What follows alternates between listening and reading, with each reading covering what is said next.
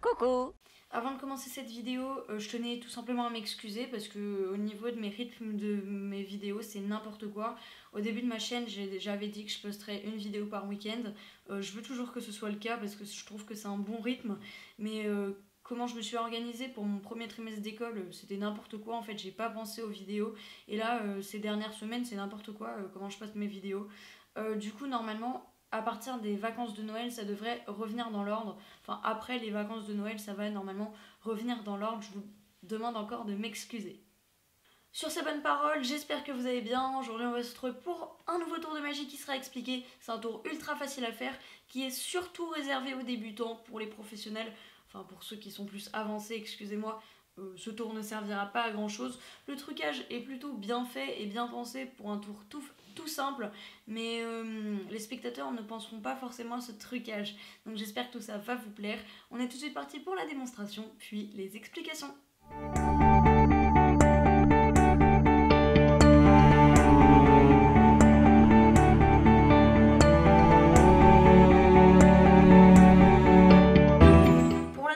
De ce tour de magie, c'est très simple, j'aurais juste besoin d'un jeu de cartes normal et je vais demander à un spectateur de me dire stop par exemple sur cette carte là. Donc il va directement choisir une carte qu'il va regarder et elle s'affichera normalement dans un coin de l'écran, donc comme ceci, et on va la poser sur le côté et je vais lui demander de me dire stop une seconde fois. Donc par exemple stop ici. Et cette carte s'affichera également normalement dans un coin de l'écran.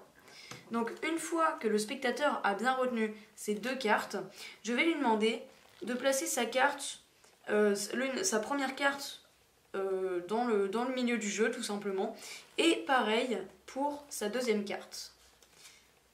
Et là, je peux juste faire une passe magique et un claquement de doigts, et en quelques secondes, je peux bel et bien sortir une première carte, puis une deuxième carte de mon jeu, et ces deux cartes sont les cartes du spectateur. Comment ça marche? Tout de suite les explications. Pour l'explication de ce tour de magie, c'est très simple. On va avoir besoin de séparer notre jeu de cartes en deux. D'un côté les rouges et de l'autre côté les noirs. Les jokers, vous les enlevez, il ne les faut pas pour ce tour. Donc moi je vais mettre les rouges au-dessus et les noirs en bas. Vous faites comme vous voulez. Moi, c'est rouge au-dessus et noir en bas. Une fois notre jeu préparé, on peut rentrer sur scène sans problème. On s'attarde pas trop sur le dos des cartes, parce que si on s'attarde sur le dos des cartes, le spectateur va se demander pourquoi on s'attarde pas aux faces.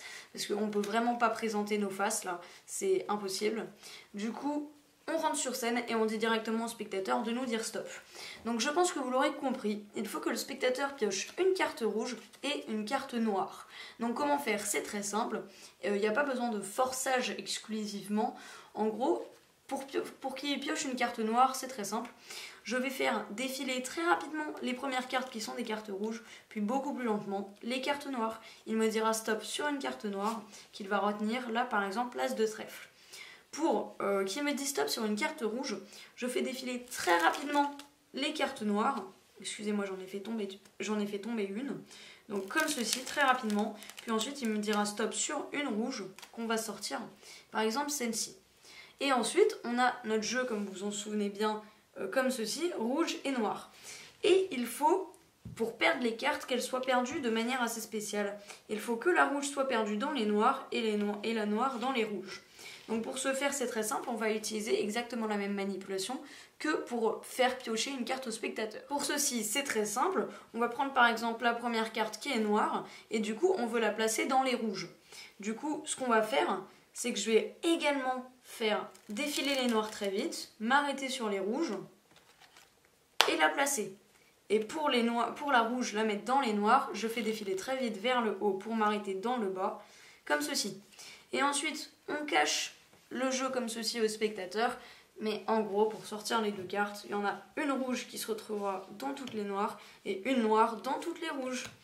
Tout simplement. J'espère que cette vidéo vous aura plu. Si c'est le cas, vous pouvez laisser un petit pouce en l'air, ça me ferait super plaisir. Vous pouvez également commenter juste en dessous pour me dire ce que vous en avez pensé. Et bien sûr, vous abonner à ma chaîne YouTube si ce n'est pas déjà fait pour ne pas louper les prochaines vidéos. En tout cas, moi je vous dis à très bientôt pour une prochaine. Salut!